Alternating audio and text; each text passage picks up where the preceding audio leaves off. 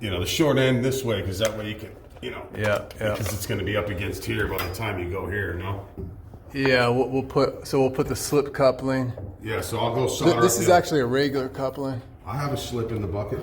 Oh, are there? Yeah, there's 2 slips in there. So yeah, regular coupling on that side, slip over here, right? No, well. Whatever you want. Here, look, this is for this side. No, I got you.